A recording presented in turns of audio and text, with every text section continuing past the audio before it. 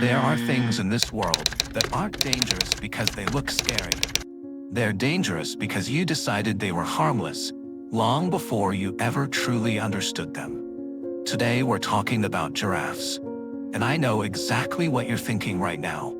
You've seen them in picture books since kindergarten. You've taken photos with them at the zoo. You've fed them leaves from a wooden platform and felt that long tongue wrap around your hand, and you laughed. You know giraffes. You're sure of that. That's exactly the problem. Imagine you're standing in the middle of the Serengeti at dawn. The wind carries the smell of damp earth and dry grass. In the distance, a full-grown male lion, thick mane, powerful build, the apex predator of the African continent, is watching a herd of giraffes grazing. That lion does not attack. It lies down, watches, then walks away. Not because it isn't hungry, not because it's afraid of the camera crew, but because deep in that lion's brain, a creature that evolved over millions of years to become the perfect killing machine, there is a memory burned in with blood and bone. Stay away from their legs. A single kick from an adult giraffe generates roughly 1,200 pounds of force. Not pulling force, not pressing force, direct impact force, in less than a tenth of a second, into anything standing in the wrong place. And the lion knows that. You don't. We're not stopping at that kick. We're going inside a heart that weighs about 24 pounds, pumping blood against gravity, every second of every minute, for 27 years. We're going to find out why this animal sleeps less than 5 minutes a day and still survives. We're going to overturn one of the most confidently held scientific conclusions of the last 150 years about why that long neck exists. And the real answer will make you rethink a lot of things you thought you already understood. Because giraffes aren't just a story about animals. This is a story about the deadliest mistake human beings make: looking at something familiar and stopping there. So the real question isn't how dangerous giraffes are. The real question is, how many other things in your life are you completely wrong about, simply because you've seen them too many times? In 1414, a giraffe was brought from Africa to China as a diplomatic gift for the Yongle Emperor. The entire court was stunned. Not one of the thousands of people who gathered to watch that day had ever seen anything like it. Chinese scholars concluded this must be a qilin, the mythical creature said to herald a prosperous dynasty, because no language they had ever known could adequately describe what was standing in front of them. 600 years later, we're making the exact same mistake, just in the opposite direction. Instead of mythologizing, we've trivialized. Giraffes enter most of our lives very early. Before we could read, we already knew what a giraffe looked like. Long neck, brown spots, gentle, still. They're on the plastic toy sets, on the nursery walls, in the hardcover books adults read to us before bed. And that's exactly when our brains close the file. Neuroscientists call this the familiarity effect. When the brain encounters something enough times, it stops processing it as new information and starts treating it as background noise, like the hum of the air conditioner in the room you're sitting in right now. You know it's running, but you stopped hearing it. For most of us, giraffes became that hum. But try just once to look at this animal as if you're truly seeing it for the first time. This is the tallest living land animal on Earth. An adult stands close to 20 feet tall, about the height of a 2-story building, with a head sticking out past the second-floor window. If you stood next to a full-grown giraffe in the wild, the first thing you'd feel wouldn't be awe. It would be the sheer physical presence it occupies, a kind of raw gravitational weight, like standing at the base of a building and looking straight up. An adult male giraffe weighs around 2,600 pounds. That's the weight of a mid-sized car, packed into 4 legs moving at speeds up to 35 miles an hour. 35 miles an hour. With a body weighing over a ton. Not a slow animal. Not a gentle animal waiting for you to feed it. The strangest thing isn't that we didn't know any of this. The strangest thing is that we never thought we needed to. Giraffes have no fangs or claws. No venom. No jaw strong enough to tear flesh. In the intuitive classification system the human brain uses to assess threat, if there's no visible weapon, there's no danger. We see an herbivore and the brain automatically files it under safe, then locks the drawer. But nature doesn't operate by our filing system.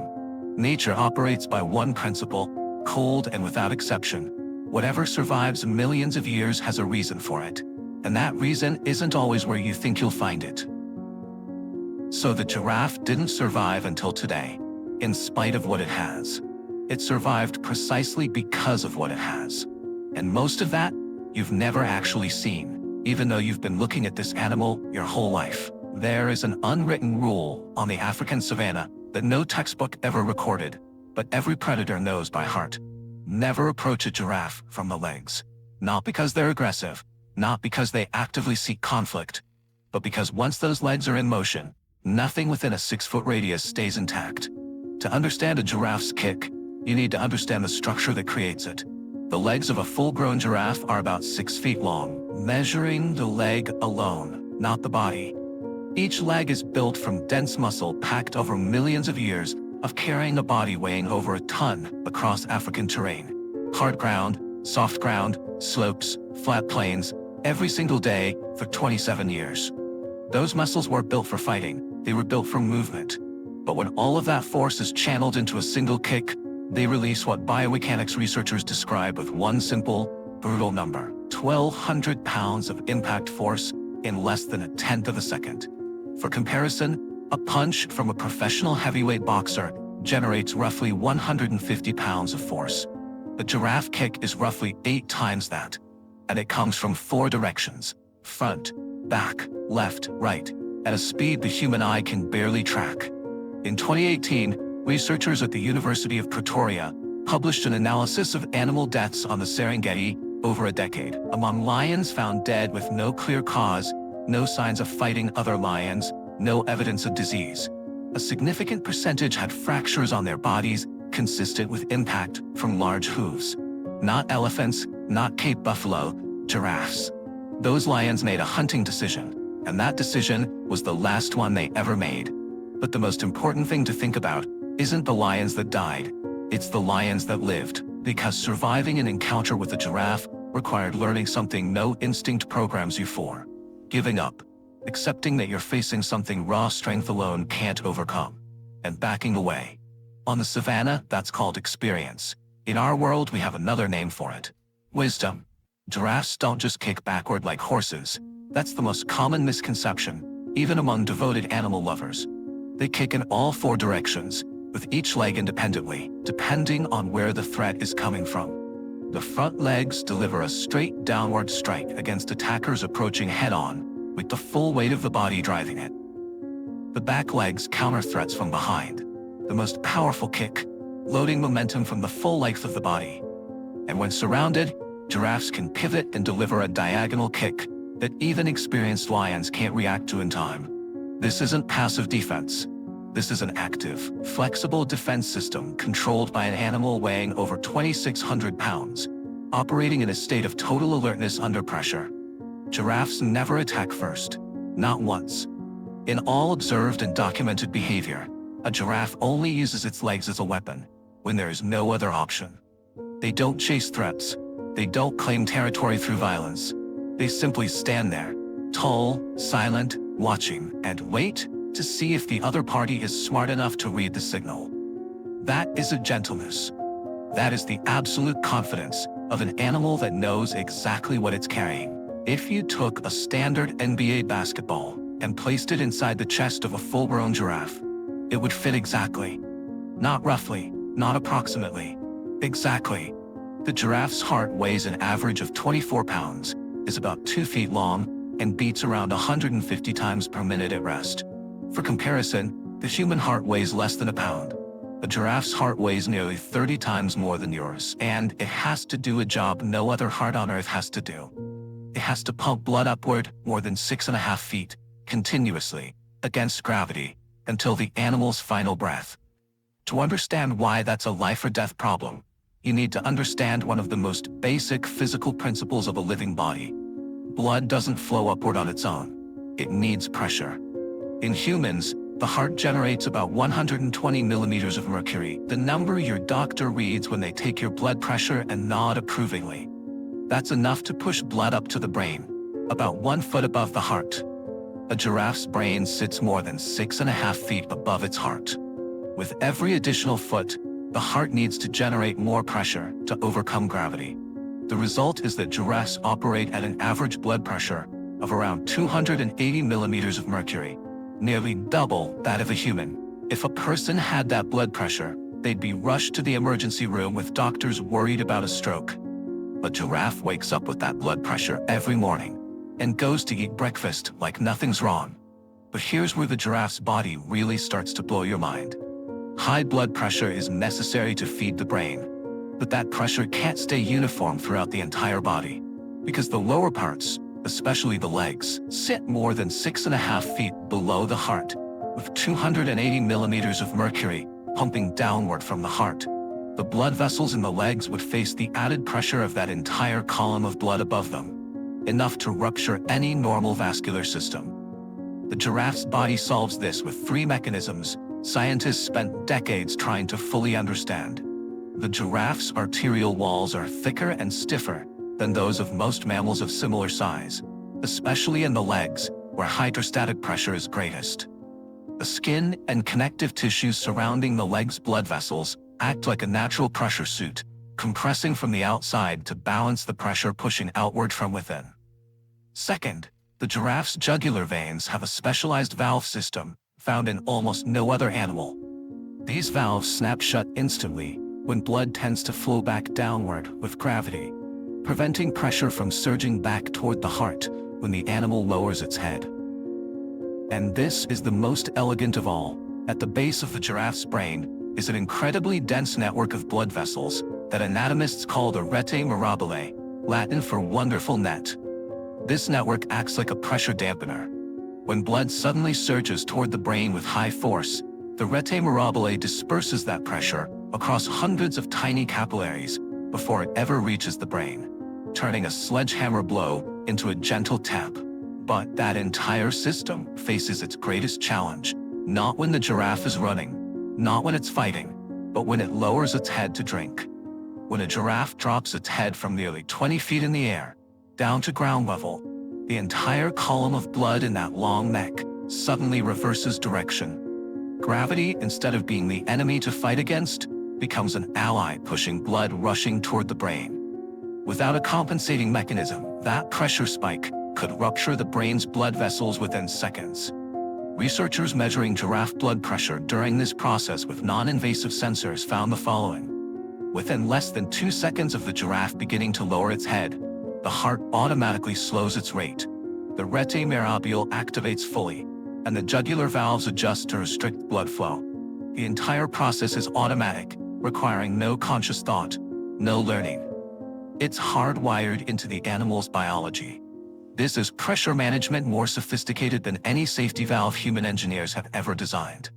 There's a common misconception, widespread enough to appear in publications that seem legitimate, that if a giraffe falls or lies down, blood pressure would surge to the brain and kill it instantly. That's wrong. Giraffes lie down every night. They don't die. Their bodies adjust. The rete mirabile does its job. The valve system opens and closes to the rhythm that millions of years of evolution have calibrated to the millimeter. That myth exists because we observed giraffes rarely lying down and concluded they couldn't. But the real reason they rarely lie down has nothing to do with the heart or blood pressure. It has to do with a completely different danger. One we'll get to in just a moment. That 24-pound heart pumping blood against gravity every second has to serve a body with other extreme survival demands we haven't touched yet. Among them is one that seems like the simplest thing in the world, something every living creature does, something you do every night without thinking. Sleep. But for giraffes, sleep is a survival equation more complex than anything we've just discussed. And their solution will make you see your 8 hours a night in a completely different way. Giraffes drink at most once every few days, during dry season, possibly more often. But every single drink is a decision that can't be made casually. The problem isn't the distance to the water source. The problem is the position. To get their mouth to the water's surface, giraffes have to splay their front legs outward on both sides, a posture that looks like someone trying to fit a 20-foot animal under a very low table, head merely touching the ground. Front legs spread to near horizontal. Their center of gravity shifts entirely forward. In that position, they can't run immediately, can't kick effectively, can't raise their head fast enough if a threat appears within 2 seconds. This is the single most vulnerable moment in the entire life of a giraffe. And on the savannah, predators know it. Canyon wildlife researchers documented that the majority of successful attacks on giraffes happen during or immediately after the drinking moment. Not while they're running, not while they're eating, but precisely when they're in that splayed-like position at the water's edge, head down, sightline blocked. The waterhole is the most beautiful trap nature ever created. It draws in every creature that needs to survive, and it exposes them all in their single weakest moment. Giraffes solved that trap, not by avoiding it, but by sharing the risk. When two giraffes approach a water source together, which happens far more often than going alone, they don't both drink at the same time. One drinks, one stands. The one standing isn't resting, isn't casually looking around. It stands straight, head high, sweeping a full 360-degree field of view, with eyes that can see clearly for over half a mile under normal savanna conditions. It is the early warning system for the one drinking below. When the first one finishes, they switch. No complex signal required, no language. One raises its head, the other lowers, the alternation flowing like a dance rehearsed over thousands of years. Ecologists call this reciprocal vigilance, a form of primitive cooperation so effective that many primate species with far more complex brains still can't manage it consistently. Giraffes don't guard each other out of friendship, not out of altruism. They do it because evolution verified across millions of generations that animals who acted alone at the waterhole died earlier, left fewer descendants, and gradually disappeared from the species' gene pool. Animals that found each other at the waterhole lived longer, reproduced more, and passed that tendency to seek each other out down to the next generation. This is how evolution builds trust without emotion, without consciousness, without moral reasoning, just survival pressure, repeated over enough time. And here's the lesson I want you to carry from this section, not as an interesting wildlife observation, but as a real question for yourself. When are you most vulnerable? When you're making a big decision and you're not sure, when you're admitting you need help, when you're betting on something you can't control the outcome of, when you're lowering your head to drink, in the figurative sense of that phrase. And in those moments, what are you doing? Trying to handle it alone? Like a giraffe foolishly walking to the waterhole at dusk with no one beside it? Or are you looking for someone to stand watch? Try a simple thought experiment. Imagine you're standing in the African savannah, late in the afternoon. The sun is falling toward the west, turning the dry grass golden orange. You're thirsty. About 650 feet away is a watering hole, small, but enough to drink from. You know there might be a leopard in the brush nearby. You know the water hole is exactly where predators wait, and you know that to drink, you'll have to lower your head, losing your sightline, your ability to run immediately, and every observational advantage you currently have. What do you do? If you're a giraffe, the answer isn't to bravely go drink alone, and it isn't to go home thirsty. The answer is to find a friend. But before we talk about drinking, we need to talk about what comes first, and this is the part most people have never heard. Giraffes sleep an average of 4.6 minutes per day.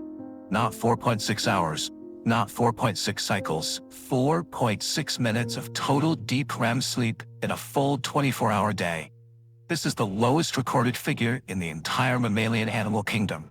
Less than dolphins, less than elephants, less than any species scientists have ever placed EEG electrodes on. If a human slept that little for a few weeks, their nervous system would start to break down. Hallucinations, disorientation, severe cognitive impairment. Giraffes do it for 27 years and function perfectly. The reason isn't that they don't need sleep. The reason is they can't afford to sleep for long. When a giraffe lies down for deep sleep, the only position that allows the brain to enter genuine recovery mode, it becomes one of the most vulnerable targets on the savannah. 4 legs folded to one side, that long neck curved back against the body, eyes closed. From a moving, alert presence, it becomes a 2,600-pound mass, lying motionless on the ground. Getting back up from that position takes about 20 seconds under normal conditions, In a panic, faster, but never fast enough if a predator is already within striking range. 20 seconds is a very long time when teeth are closing in. So giraffes developed a sleep strategy that took scientists decades of observation to fully appreciate. They sleep standing up, primarily. Not deep sleep, but shallow drowsiness. The brain drifting into a half-awake, half-asleep state. Body still upright. Eyes sometimes still cracked open. Ears still running. Each episode lasts a few minutes before the brain pulls them back to full alertness. Over and over, alternating through the night. Genuine deep sleep, those precious 4.6 minutes, only happens when the animal judges its surroundings safe enough to risk lying down. And even then, the brain sets a biological timer, pulling them back up before the stillness lasts dangerously long. This isn't sleep deprivation in any physiological sense. It's a sleep distribution strategy optimized for survival, spreading risk across all 24 hours, rather than concentrating it into one fixed window.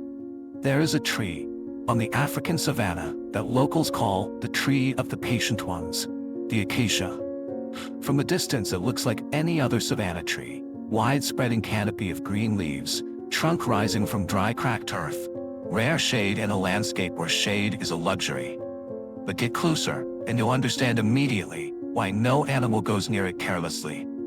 Acacia thorns run from 2 to nearly 3 inches long, white as ivory, hard as metal, growing in pairs along every branch. Not decorative thorns, not symbolic thorns. These are weapons shaped by evolution for one single purpose: to pierce whatever tries to touch the leaves.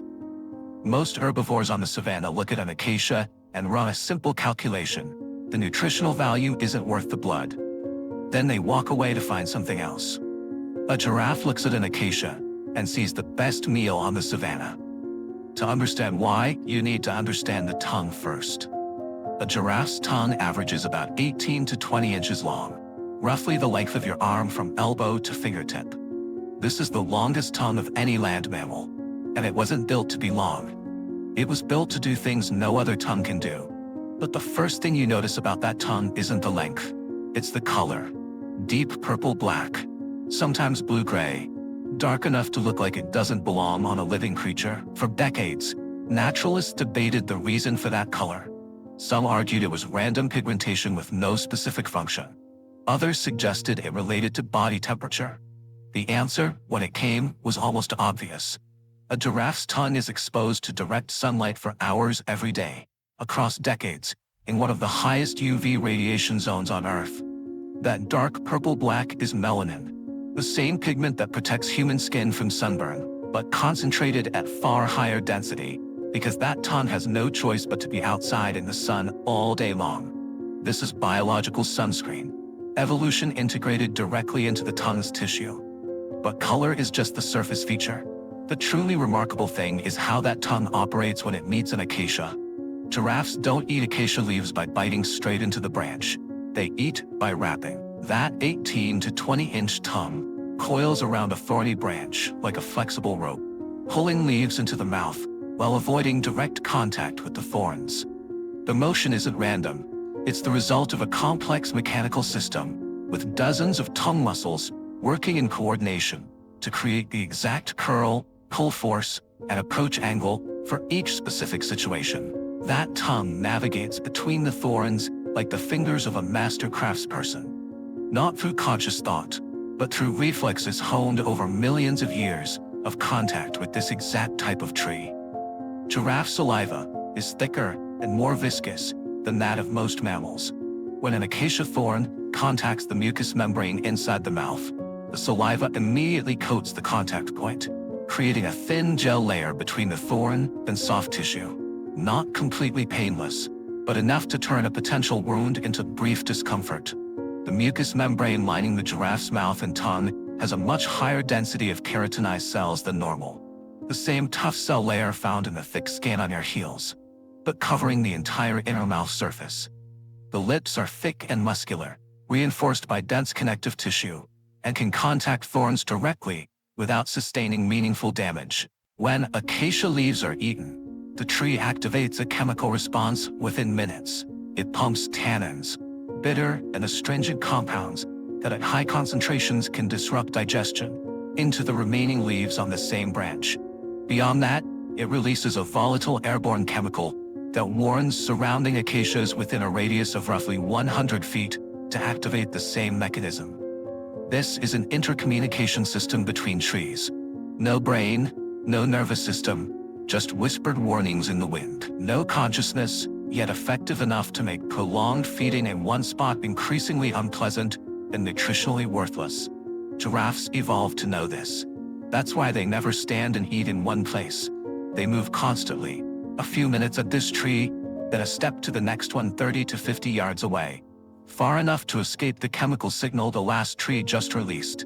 A full-grown giraffe walks an average of 6 to 9 miles a day, just to eat enough. Not because trees are scarce, but because they're playing chess against the acacia forest's defense system.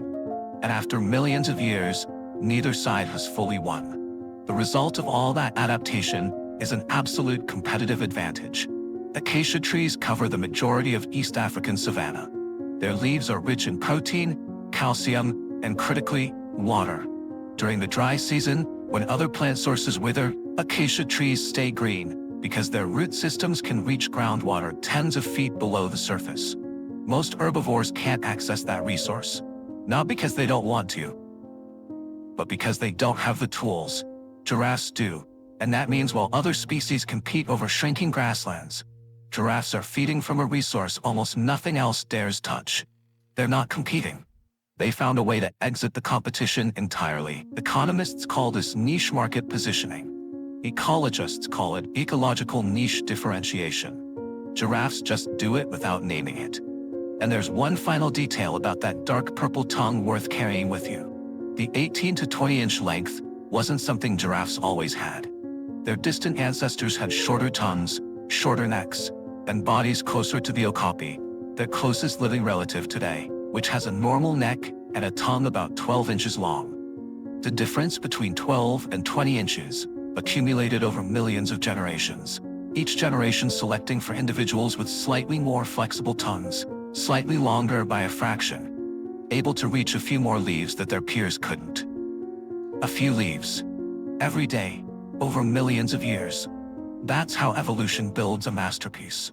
Not through dramatic leaps, but through improvements too small to see, accumulated long enough until what you're left with is a dark purple tongue nearly 20 inches long, threading through a forest of thorns with precision no engineer has replicated. In 1809, Jean-Baptiste Lamarck, the French naturalist and one of the first people to build a systematic theory of evolution, offered an explanation for the giraffe's neck that sounded completely logical. The ancestors of giraffes, he wrote, constantly stretched their necks to reach higher leaves. That repeated action made the neck longer. The longer neck was passed to the next generation. That generation stretched further, and so on. Across many generations, the neck grew longer and longer. Lamarck's theory was later disproved by Darwin's mechanism of natural selection, but the conclusion about why the neck is long was kept.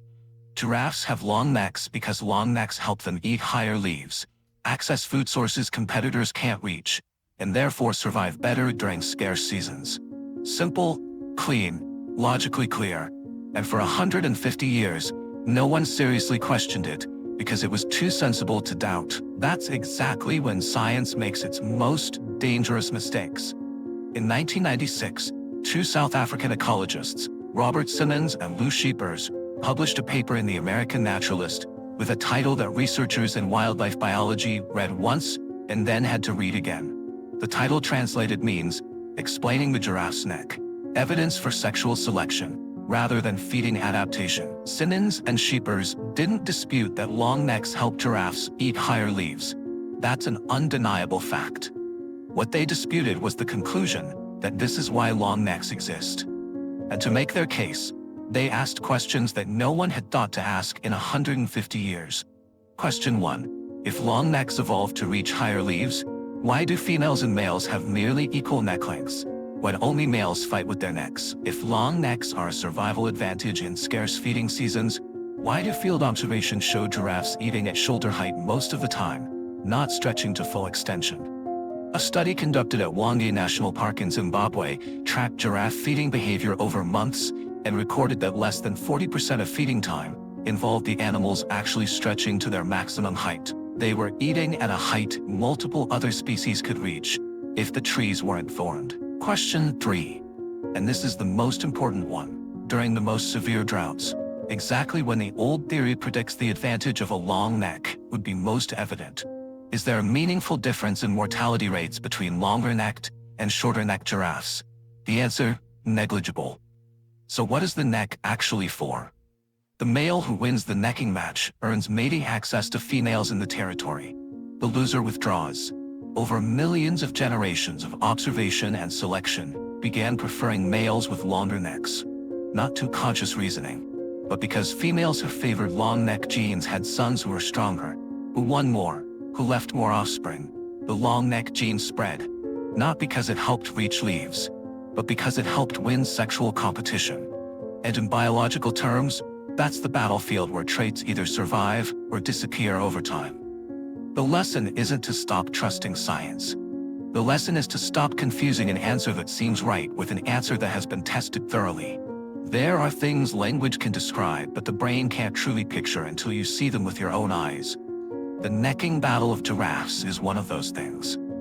Not because it's beautiful, though it has a strange kind of beauty in its own way, but because it violates your intuition about scale and force in a way your brain isn't equipped to process. You're watching two animals standing nearly 20 feet tall, swinging necks the length of a tall tree, crashing them into each other with force you feel through the sound before your eyes can track the motion. And your brain tries to file that under something familiar and finds no category that fits. Nothing in the normal human visual experience prepares you for seeing it the first time. The neck of a full-grown adult male giraffe weighs on average between 550 and 600 pounds. This isn't an estimate, it's a number measured directly in anatomical studies of animals that died naturally. The average neck length of a male is about 8 feet, compared to about 7 feet in a female. A small gap in absolute terms, but when you account for bone density and muscle mass, the real difference in impact capability is far greater than those numbers suggest. The 7 cervical vertebrae of a giraffe's neck, the same number as in humans, the same number as in most mammals, but each one nearly 11 inches long, are bound together by a system of ligaments and muscles, evolved not only to support the weight of the head above, but also to absorb the impact forces of battles that occur throughout the male's entire life. The result is a biological lever nearly 8 feet long, weighing over 550 pounds, driven by a system of shoulder and chest muscles, strong enough to move that entire body at 35 miles an hour. When that lever moves at full speed and contacts a solid object, like the flank of another giraffe, the impact force generated is comparable to a small truck collision at low speed. The necking battle doesn't begin with violence. Two males approach each other slowly, no rushing, no growling, none of the noisy displays many other animals put on before fighting. Instead, they stand side by side in opposite directions, one animal's head level with the other's hip, and begin a ritual that animal behaviorists call parallel walking. They walk alongside each other, slowly, silently, assessing. In those minutes, both males are reading information from the other's body. The real size of the neck, the thickness of the ossicones, estimated weight, how the other places its feet, breathing pattern, eye contact. All of that information is processed and synthesized into an evaluation that sometimes ends right here. One of them peels away and walks off without a single blow being thrown. Not cowardice, calculation. An animal smart enough to recognize when the cost of the fight exceeds the value of winning. The first strike usually comes without clear warning. One begins swinging that neck, starting slow, almost lazy, like someone loosening up after a long rest. Then in a fraction of a second, all 600 pounds of muscle and bone loads momentum and swings to one side. When the giraffe's head, weighing about 24 pounds, with ossicones hard as bone, jutting out like natural hammers, reaches the end of a 600-pound neck at full speed and connects with an opponent's head, the impact force is enough to completely knock the animal off balance. Brief loss of consciousness. In an animal weighing over 2,000 pounds, caused by a neck. The winner doesn't pursue, doesn't attack further, doesn't stand over the opponent's body in the kind of victory display many other animal species perform.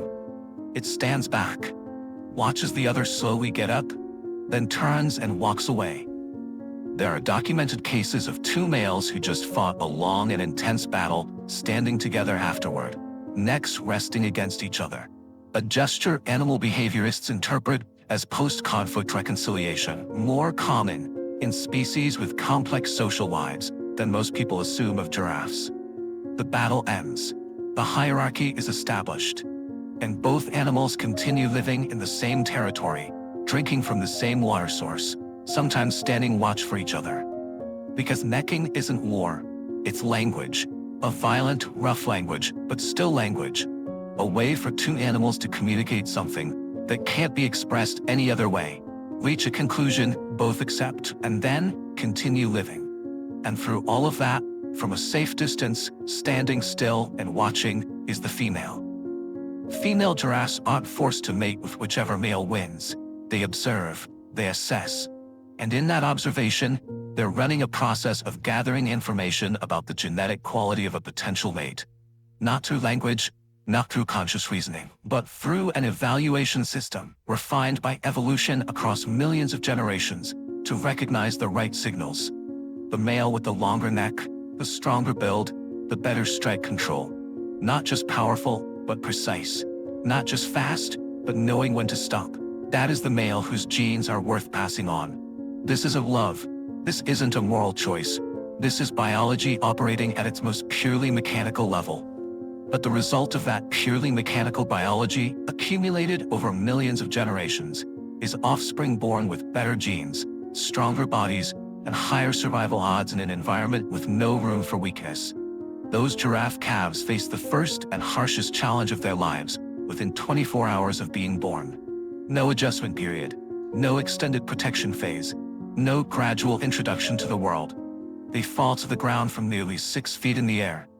Because that's the height of the mother's uterus above the ground. And from that second forward, the clock starts.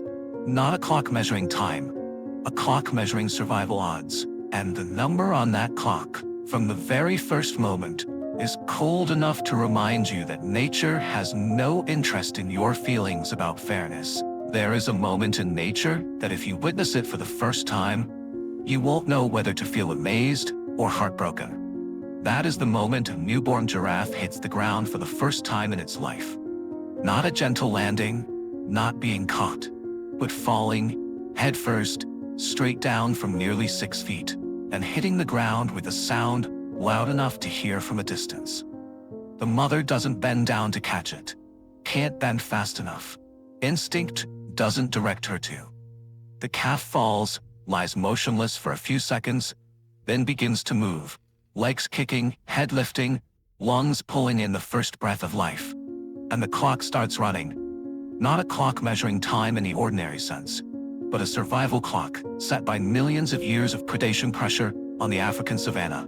And it has no pause button. Within 20 to 30 minutes of birth, the newborn giraffe must stand up. Not because anyone demands it, not because the mother pushes in the way humans understand pushing, but because on the Serengeti right now, the smell of blood and amniotic fluid is spreading downwind. And that wind is carrying a broadcast to every predator within several miles. Leopards are listening. Hyenas are scenting. Wild dogs are moving. All of them know that within the next few minutes, somewhere out on the savannah, there will be a helpless creature lying on the ground, unable to run, unable to kick, knowing nothing yet about the world waiting for it. And that is the easiest opportunity a day on the savannah can offer. The newborn giraffe doesn't know that, but its body does. Those first attempts to stand up look almost comical if you don't understand the context. 4 legs wildly disproportionate to the body, trembling, sliding in 4 different directions. The animal falls, tries again, falls again, front legs pushing forward, back legs trying to push up, the whole body swaying like a 4-legged stool that hasn't been tightened. But every fall is a moment the neuromuscular system records data. Where's the center of gravity? What angle do the legs need? How much force is required to hold balance? The brain is learning at a rate no human machine learning system has replicated. Not because it's smarter, but because its stakes are life or death. And nothing is a more effective teacher. After roughly 20 minutes on average, the newborn giraffe stands for the first time. Legs still shaking, steps still unsteady, but it stands. And in that moment, its survival odds increase significantly. Not because it's safe, but because it has cleared the first threshold. The number ecologists report after decades of tracking giraffe populations in the wild is a cold number with no room for sentiment. Only about 25 to 50% of giraffe calves survive to their first year. In areas with high predator density, the number can be lower. That means in any giraffe herd, for every 2 to 4 calves born, only one will see its first birthday. Lions are the greatest threat to adult giraffes, but for calves, leopards are the most dangerous. Leopards hunt alone, silently, from the brush, and are small enough to approach from angles lions can't. The newborn giraffe that's only been standing for a few hours, with still shaking legs at a top speed less than a tenth of an adult's, is an ideal target. Spotted hyenas hunt in packs and can surround, one drawing the mother's attention while others approach from the unprotected side. That tactic is brutal in its simplicity, and it has a success rate high enough that hyenas have been running it for thousands of years. African wild dogs, the land predator with the highest hunt success rate on the continent, higher than lions and leopards, hunt giraffe calves differently. They chase, patient, persistent, relentless, and a calf that barely knows how to walk isn't fast enough to outlast a pursuit. Mother giraffes protect their calves with the same weapon we discussed at the very start of this video: 4 legs, generating 1,200 pounds of kick force. But when defending a calf, they're not operating from simple self-defense reflex. They're operating from a completely different state, what animal behaviorists call maternal aggression. And it goes far beyond normal self-defense in both intensity and persistence. A female giraffe protecting a newborn calf will not back down from a lion. Not because she doesn't recognize the danger, but because in her priority system at that moment, nothing ranks above the calf standing behind her legs. There's a piece of footage recorded at Masai Mara that I want you to picture, because language describing it will never match what's actually happening. A pack of 7 hyenas surrounds a mother-calf giraffe pair at dusk. The calf is only a few days old, standing under 6 feet, still unsteady when changing direction. The hyenas split into 2 groups. One group draws the mother's attention. The other approaches the calf from the side, with no maternal cover. The mother reads the tactic. Within seconds, she steps directly over the calf, 4 legs placed around that small body like a living cage, and begins kicking in a rotating circle. No targeting, no waiting. Anything that moves within 6 feet gets a kick. The standoff lasts more than 20 minutes. Finally, the pack withdraws. Not because they're afraid, because the cost has exceeded the available benefit. The calf survives that night. But not every night ends that way. In 75% of cases, the mother fights and loses. Not because she wasn't strong enough, not because she wasn't committed enough, but because the Savannah runs on a cold accounting system, where maternal love isn't a variable that's counted. The mother giraffe doesn't immediately walk away. Observers have recorded many cases of mothers standing beside the body of their calf for hours, still, not eating, not moving far, in a state that no vocabulary in animal behavior science accurately describes, but that anyone who has ever lost something important will recognize instantly. The giraffe calf's growth rate is among the fastest of any large mammal. They add about an inch per day in the first months, and when that giraffe calf is large enough to no longer be an easy target, around 6 months old, over 10 feet tall, running at more than 25 miles an hour, its survival odds shift fundamentally. From 25%, the survival rate of giraffes who make it through the first year jumps to close to 85% through the age of 1 to 5. And if a giraffe makes it to 5 years old, its expected lifespan climbs to nearly 27 years. 27 years. From an animal that couldn't stand up in its first 20 minutes. The lesson I want you to carry from this section isn't about percentages or probability. It's about those 20 minutes. 20 minutes when a creature newly born, knowing nothing about the world, with no experience to draw from, legs shaking and falling repeatedly, still keeps trying to stand. Not because it understands it must, not because it can see the hyenas closing in, but because its body is programmed to refuse accepting lying down as a conclusion. That isn't courage in the way we usually use that word. It has no other choice and it knows it. But the result of refusing to accept lying down, despite shaking legs, despite falling repeatedly, despite nothing guaranteeing the next attempt will succeed any better than the last, is that it stands. And once it stands, everything changes. The savannah doesn't wait for you to be ready. It doesn't calibrate its difficulty to your current ability. It doesn't care whether you just arrived or have been here 27 years. But it also doesn't lock the door before you get up. It only sets one condition, simple to the point of brutality. Get up fast enough, and the opportunity is there. Fail to get up, and that opportunity belongs to someone else. 20 minutes, for all 27 years that could follow. But the giraffes that survive that first year grow up in a world where not every threat comes in the shape of fangs and a growl. Because there is a greater danger, quieter, and no giraffe can kick it away or outrun it. It doesn't come from the savannah. It comes from outside the savannah. And over the past 30 years, it has taken away 40% of this species without almost anyone noticing. There are secrets that aren't hidden in darkness. They're hidden in plain sight, in front of everyone, through a mechanism so simple, it's perfectly effective. They exist at a frequency humans aren't equipped to perceive. The giraffe's secret is one of those. And it has existed throughout the entire history of humans observing animals, through microscopes, through binoculars, through thousands of hours of field research, through night scientists spent in tents on the African savannah, listening to the sounds of the dark without anyone ever hearing it. Throughout the modern history of wildlife science, giraffes were classified into a very small group of large mammals described as mute, creatures that don't use sound as a primary communication channel. But compared to elephants, whales, primates, and most other social animals, giraffes were considered silent. A large, complex herd-living species with obvious social interactions, but one whose communication method no one could satisfactorily explain. The default answer for decades was that they communicated primarily through body language and visual signals. That answer seemed reasonable. And it was wrong, or at least missing the more important half.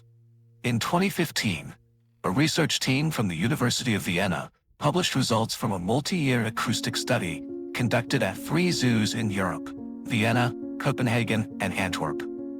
The project didn't begin from a bold hypothesis. It started from a very practical and very boring question. How could zoos improve giraffe husbandry if we don't understand how they communicate? The team installed recording microphone systems in the enclosures and left the equipment running continuously, day and night, for about 900 total hours. Then analyzed all the acoustic data collected. During the day, the results showed nothing notable. Background environmental sounds, footsteps, chewing, occasional snorting. But at night, when the zoo closed and background noise dropped to its lowest levels, the recording equipment began capturing something the research team had to listen to multiple times before they were certain they weren't hearing equipment interference. Humming sounds, long, steady, repeating acoustic vibrations, coming from giraffes standing in the dark. Humming isn't the most precise word, but it's the closest word in human language to describe what the equipment measured. The average frequency of those sounds was around 92 Hz, right at the lowest edge of human hearing, under ideal conditions. In a real-world environment with normal background noise levels, that frequency is completely masked. The human ear isn't designed to filter out weak signals at low frequencies when any competing sound is present. That's why for hundreds of years of humans being in close proximity to giraffes, in zoos, in conservation camps, in months-long field expeditions, no one heard it. Not because it wasn't there, but because we don't have ears to hear it. The Vienna team analyzed the structure of those sounds and found they weren't random noise. They had consistent acoustic structure, stable amplitude, controlled frequency, non-random timing patterns. That meant they weren't random byproducts of physiological processes, like digestion or breathing. They were produced intentionally, by a controlled vocalization system. Giraffes were talking, at night, in the dark, at a frequency the human ear can't detect. Throughout all the time we sat beside them and concluded they were silent. We don't know what those sounds mean. But what we know is that the humming sounds occur primarily at night. They occur when giraffe group members are in a resting but awake state. They don't occur randomly. The strongest current hypothesis is that this is a mechanism for maintaining social bonds through the night. A way for herd members to know each other are still there, still safe. No need to move or send an alarm signal. A way of saying, I'm still here. Nothing's happening. You can rest. In the world of animal bioacoustics research, giraffes aren't the only surprise of this kind. Elephants communicate through infrasound at frequencies of around 14 to 35 Hz, well below the human hearing threshold. Blue whales produce sounds at 10 to 40 Hz that can travel for thousands of miles underwater. Those communication systems existed for millions of years before human technology was sensitive enough to detect them. That raises an uncomfortable question. How many other communication systems are operating around us right now that our equipment isn't sensitive enough to detect, or worse, that we haven't been curious enough to look for? Throughout all the time we called giraffes silent. Throughout all the time textbooks described them as a species without a meaningful acoustic communication system. They were still talking. Every night, continuously, to each other. Not because they were intentionally hiding it from us, but because they didn't know we were listening at the wrong frequency. And we didn't know we needed to listen at a different one. Between what was actually happening and what we believed was happening wasn't created by deception or concealment. It was created by the limits of our observational tools, combined with a lack of curiosity about questions where an available answer seemed sufficient. Giraffes are silent. That answer seemed reasonable, so no one asked further.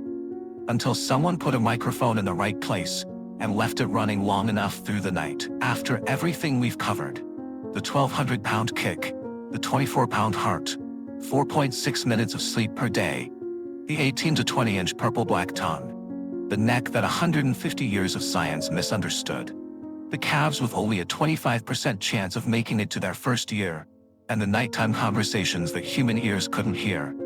I want to take you to the final section. Not to end with an inspirational quote, but to end with a truth that, after everything we've discussed, you need to hear. And need to hear not as information, but as a warning. Because the animal we've spent nearly a full morning discovering, this astonishing, complex, endlessly surprising creature, is disappearing, quietly, without anyone noticing. In exactly the way an animal that communicates at frequencies the human ear can't detect would disappear, right in front of all of us. In 1989, a Kenyan wildlife photographer named Douglas Ogamba drove across the northern Serengeti plains at dawn and captured a photograph he later described as the most beautiful and saddest image of his career. In the frame, more than 30 giraffes stood scattered across a wide grassland, their silhouettes rising against the red-orange sky of an African dawn. Not a ripple of danger, not a sound of conflict, just the pure, quiet presence of creatures that had stood on that land since before humans appeared in Africa. 30 years later, Ogamba returned to that same plain at the same hour of morning. He didn't take any photographs. Not because the light wasn't right, not because his equipment failed, but because there were no giraffes there anymore.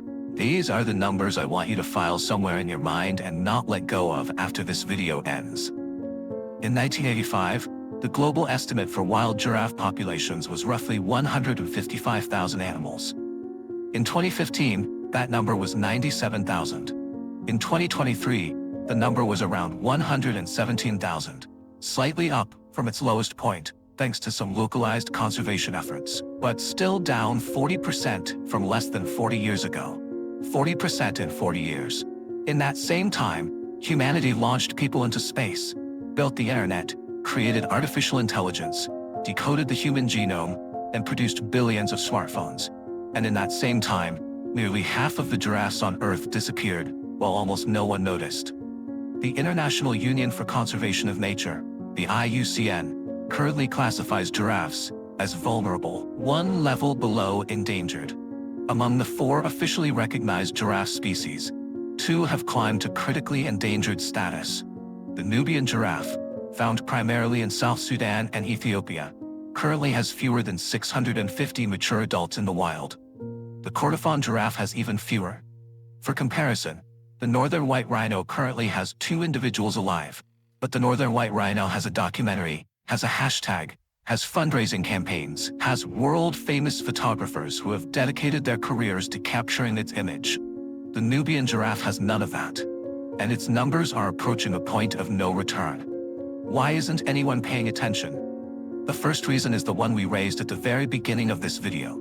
Giraffes are too familiar. Our brains closed the file on them long ago. And what's been filed under familiar doesn't trigger urgency, doesn't trigger worry, doesn't trigger a protective response. The second reason relates to what conservation psychologists call shifting baseline syndrome. Every generation receives the natural world they were born into as the norm. People born in 1985 grew up in a world with 155,000 giraffes and considered that normal. People born in 2000 grew up in a world with 110,000 and considered that normal. People born in 2020 grew up in a world with even fewer and also considered that normal. None of them are wrong. But collectively, the result is that each generation has a different definition of what's enough. And that definition keeps shrinking without anyone recognizing they're accepting less than what once existed. The baseline just keeps shifting, silently, year by year. Habitat loss is the largest cause, not just deforestation in the literal sense, but landscape fragmentation. A population of 200 giraffes isolated by a major road to the north and farmland to the south doesn't die immediately, but it starts inbreeding. Genetic diversity drops, immune function weakens, and over a few decades, those 200 become 150, then 80, then too few to sustain a natural population. Not a sudden death, a slow death, in silence, one generation at a time. Giraffes aren't hunted for ivory, not for rare horns. They're hunted for meat. In many regions of Central and Eastern Africa, giraffe meat is a cheap, accessible protein source for communities with no other options. You can't judge those people by the conservation standards of someone eating dinner in a restaurant. But the result is the result, regardless of who's doing the judging. And climate change, increasingly long and severe drought cycles in the Sahel and East Africa, are directly attacking the giraffe's food supply. When the acacia trees they depend on begin dying because the soil is too dry and the rainless periods too long, no sophisticated digestive system can compensate for an absolute shortage of resources. The Giraffe Conservation Foundation, the only organization in the world dedicated entirely to this species, noted in its 2022 report that one of the largest obstacles to its work is not a lack of resources, but a lack of public attention. Donors, governments, and international organizations all prioritize resources towards species the public cares about. Elephants, rhinos, tigers, pandas, and giraffes, too familiar to trigger urgency, keep getting pushed to the bottom of the priority list. A species disappearing because too many people think they already know enough about it to not need to learn more. We started by saying giraffes are a creature we thought we knew, but never truly understood. We went through a kick strong enough to drop a lion, a heart fighting gravity, nighttime conversations at a frequency human ears can't hear, a neck that 150 years of science misread, and calves born with only a 25% chance of making it to the next year. All of that existed throughout all the time we looked at this animal and saw nothing remarkable. Now that animal is disappearing, in exactly the way something disappears when no one is really looking at it. Slowly, continuously, without drama, without a moment dramatic enough to cut through the numbness of familiarity. The question isn't what you can do to save giraffes. The question is, what else in your life is disappearing the same way, slowly, silently, because you decided you knew enough about it to stop looking. There are things that don't cry out for help, that don't send emergency signals, that don't trigger a crisis in the way the brain is designed to recognize and respond to. They just gradually become less, and then less again, until one day you look back and realize the thing hasn't been there for a long time. And you can't pinpoint exactly when it left, because there was no specific moment to remember. Relationships, health, trust, opportunity, people who matter. All of them can disappear the way giraffes are disappearing.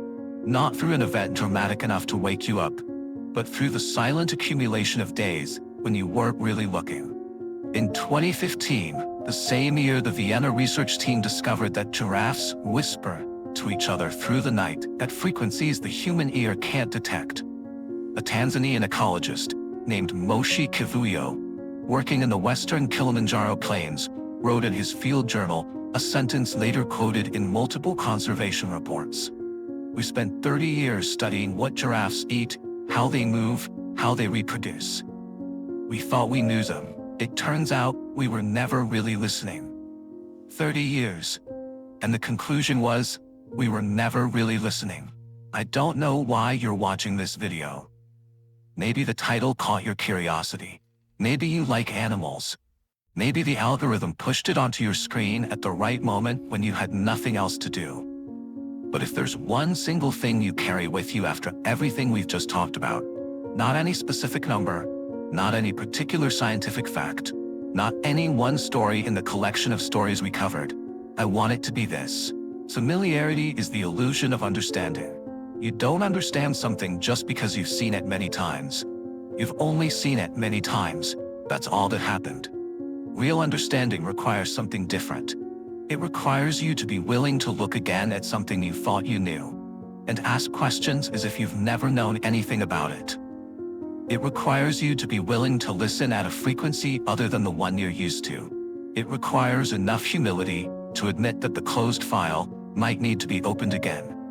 Giraffes have stood on the African savanna since before the human species existed. In all that time, they've evolved into something we spent nearly an entire morning discovering, and still haven't finished describing. They carry secrets about physiology, about evolution, about social behavior, about communication, secrets we've only barely begun to touch the surface of. And they're disappearing while we're busy believing we already know enough about them. That isn't the tragedy of giraffes. That is the tragedy of familiarity. The most dangerous thing never looks scary, never growls, never warns you, before it takes away what you assumed would always be there. Because it doesn't need to. It only needs to wait for you to stop looking. Thank you for staying to the end. Though I hope you'll never look at that animal the same way again, but to sit with the question that animal poses, if you're willing to listen carefully enough. There are things that matter in your life right now, whispering at a frequency you haven't learned to hear yet. The question is how long you're going to wait before you start listening.